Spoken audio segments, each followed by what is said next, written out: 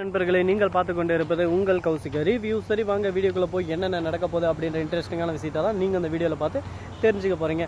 மகிழ்ச்சியோடு ஆரம்பிக்க போகிற இந்த விஷயத்தில் ஒரு சின்ன கஷ்டத்தை கொடுத்தாலும் யாராலையும் தாங்க முடியாது. அதுபோல் தாங்க நம்ம வெண்பாவோட உயிருக்கு மிகப்பெரிய ஒரு ஆபத்து இருக்குது அப்படின்ற ஒரு தகவலை தெரிவிக்க போகிறோம். அதை தெரிஞ்ச உடனே நீங்களே ஒரு பக்கம் பயத்தில் அப்படியே சும்மா உறைஞ்சி போயிடுவீங்க. அது மட்டும் இல்லாமல் வெண்பாவுக்கு அவங்களாவே அவங்க யாருன்னு சொல்லிட்டு தெரியாத நிலமையில இப்போதைக்கு தள்ளப்பட்ட பிக்ஸ் வந்து ஒரு பக்கம் ஓவர் ஆயிடுது. அதனால் பிக்ஸ் வந்தால் என்னடா அப்படின்னு சொல்லிட்டு பார்த்தேன். பிக்ஸ் வந்ததுனால ரொம்பவே உடம்பெல்லாம் ஃபில்லன் ஆகிட்டு அப்படியே சும்மா அவங்க மைண்டில் இருக்கல எல்லாமே பழைய நினைவுகள் எல்லாமே அழிஞ்சு இப்போ அவங்க யாருன்றதே அவங்களுக்கு தெரியல. இந்த மாதிரி ஒரு சமயத்தில் கரெக்டாக அவங்க இழந்த உடனே எதனா போலீஸ்கிட்ட மாட்டி விட்டுருவாங்க அப்படின்னு சொல்லிட்டு அந்த அடியாட்கள் இருந்து அங்கேருந்து வாட்ச் பண்ணியிருக்காங்க.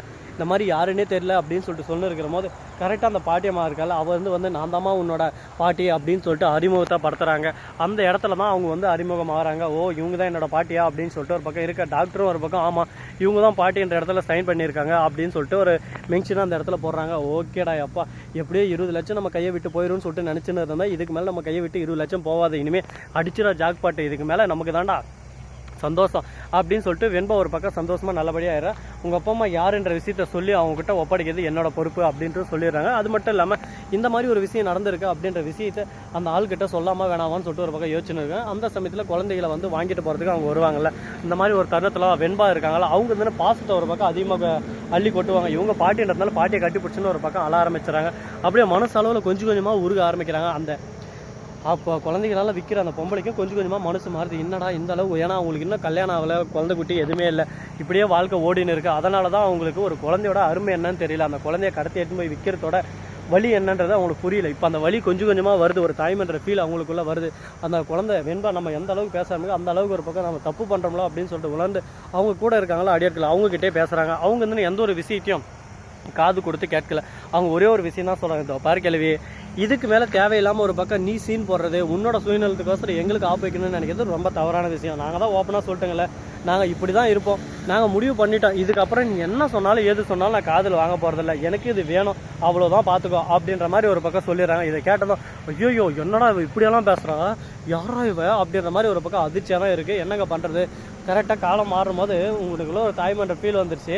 இத்தனை நாள் குழந்தைங்களால விற்று காசு பார்த்து நல்லா தின்னுந்து பிரியாணி அது இதுன்னு சொல்லிட்டு அப்போலாம் தெரியல, இப்போ தான் தெரியுதா ஏக்கா அப்படின்னு சொல்லிட்டு கேட்க ஆமாண்டா என்னடா பண்ணுறது எல்லாமே ஒரு பக்கம் புரிதலுக்கு எதனா ஒரு காலம் ஒரு நேரம் எடுத்துக்கும். அந்த மாதிரி தான் புரிதல் எனக்கு இப்போ தான் வந்திருக்கு. இப்போ என்ன பண்ணலான்ற எனக்கு இதே ஒரே ஒரு வாய்ப்பு தான் இருக்குது அப்படின்னு சொல்லிட்டு அவர் சொல்ல உடனே என்ன பேசுறதுன்னு சொல்லிட்டு தெரியாமல் ஒரு பக்கம் சைலண்ட்டாக இருக்க. அதே சமயத்தில் மறுபக்கம் என்ன நடக்குது அப்படின்னு சொல்லிட்டு பார்த்தீங்கன்னா இதுக்கப்புறம் இதை இப்படியே விட்டால் வேலைக்கு ஆகாது.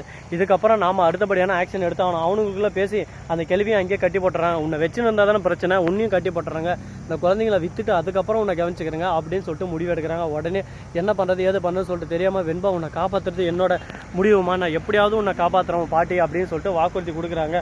அதே சமயத்தில் கரெக்டாக அந்த மல்லி இருக்காங்களே அவங்க இந்த வீட்டை வந்து விசாரிச்சது நம்பருக்கு கால் பண்ணது அது எல்லாமே ஒரு பக்கம் அந்த பாட்டிக்கு ஞாபகம் வருது. அந்த ஃபோன் யாருக்கும் தெரியாமல் அந்த ரவுடிக்கு போனது அந்த ஃபோன் எடுத்து அந்த கால் வந்துச்சுலாம் அந்த நம்பரை பிளாக்ல போட்டுருக்காங்க. அந்த நம்பரை எடுத்து அழகாக ஃபோன் பண்ண ஆரம்பிச்சிடும். ஃபோன் பண்ணி இந்த மாதிரி மல்லி உன்னோட குழந்தை இந்த லொக்கேஷன் தான் இருக்கா வந்து சேர்ந்துரு அப்படின்னு சொல்லிட்டு ஒரு பக்கம் வாட்ஸ்அப் பண்ணி விட்டுறாங்க. ஹாஸ்பிட்டலில் இருந்த குழந்தை அங்கே எப்படா போச்சு அப்படின்னு சொல்லிட்டு பார்த்தீங்கன்னா வேறு எப்படி இல்லைங்க, அந்த குழந்தைக்கு சுயநினைவு அல்ல அதை சொன்னல அது மாதிரி தான் அந்த இடத்துக்கு போயிடுச்சு. இப்போ நம்ம மல்லி ஒரு பக்கம் விறுவிறுன்னு கிளம்ப ஆரம்பிக்கிறாங்க. எப்படியாவது தான் பொண்ணை காப்பாற்றணும், தான் பொண்ணு எந்த ஒரு பிரச்சனையும் மாட்டக்கூடாது, எந்த ஒரு சிக்கல்லையும் மாட்டக்கூடாது அப்படின்னு சொல்லிட்டு விறுவிறுவாக ஒரு பக்கம் கிளம்பின்னு இருக்காங்க. இதுக்கப்புறம் பிரச்சனையே இருக்காதுடா அப்பா, நம்ம வாழ்க்கையில் ஒரு பக்கம் கஷ்டங்களையே கண்டுனோமோ இப்போ இனிமேல் சந்தோஷத்தை பார்க்க போகிறோம்.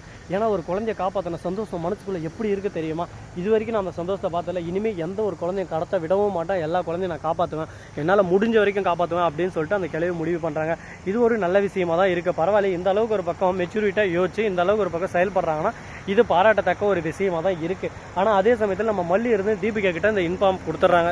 தீபிகா அது போலவே எல்லாரையும் நான் கைது செய்வேன், எல்லாருக்கும் தக்க தண்டனை வாங்கி தருவேன், எதுக்கும் கவலைப்படாத மல்லி, உன்னோட நல்ல மனசுக்கு எல்லாமே நல்லதாக நடக்கும். நான் இத்தனை நாள் உன்னை தப்பாக புரிஞ்சுக்கிட்டு இருந்தேன், மல்லி என்ன இப்படி பண்ணுறான் அப்படி பண்ணுறான்னு சொல்லிட்டு உன்னை தவறதான ஒரு கண்ணோட்டத்திலே பார்த்துன்னு இருந்தேன்.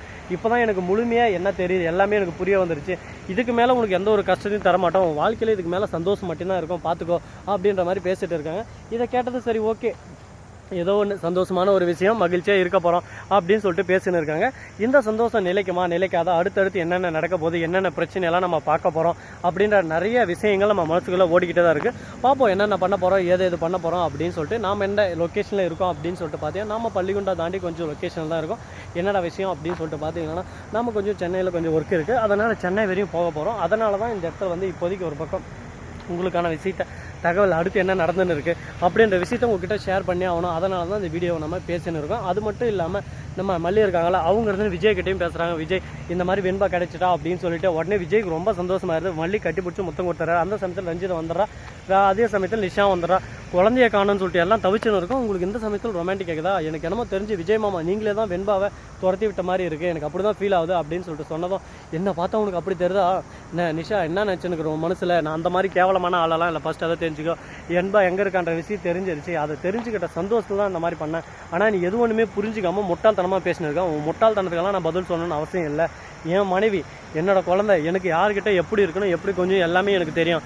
நீ உன் வேலை என்னவோ அதை மட்டும் பார்த்துக்கிட்டு அப்படின்னு சொல்லிட்டு மூஞ்சில் வச்ச மாதிரி பேசுகிறாங்க. இதுக்கு மேலே நம்ம எதுவும் பேச முடியாதரா, தீயினால் சுட்டா பூ முள்ளாராதே நாவினால் சுட்டவடு அப்படின்ற மாதிரி தான் ஒரு பக்கம் அந்த நிஷா பேசணும். ஒரு வார்த்தையை நம்ம விஜய் மனசுக்குள்ளே ஆழமாக ஒரு பக்கம் பதிஞ்சிட்டு இருக்குது. இதுக்கு மேலே அந்த விஷயத்தை நம்ம இதை எடுத்துன்னு போகக்கூடாது, இதுக்கப்புறம் எடுத்துன்னு போனாலும் அது நமக்கு தான் சிக்கலாக வரும் அப்படின்னு சொல்லிட்டு புரிஞ்சுக்கிட்டு அந்த விஷயத்தை இதோட விட்டுறலான்னு சொல்லிட்டு முடிவு எடுக்கிறாங்க. இந்த வீடியோவை பிடிச்சிருந்தா லைக் பண்ணுங்கள், கமெண்ட் பண்ணுங்கள், ஷேர் பண்ணுங்கள், டிண்டிங் பெல்லை தட்டி விட்டு போங்க. அப்போ தான் நாம போகிற அடுத்தடுத்த வீடியோ உங்களுக்கு உடனுக்குடன் நோட்டிஃபிகேஷனில் வந்து கொண்டே இருக்கும். மிக்க நன்றி, தேங்க்ஸ் ஃபார் வாட்சிங், டாடா, see you, நன்றி, வணக்கம், வந்தனம், வருக தருக.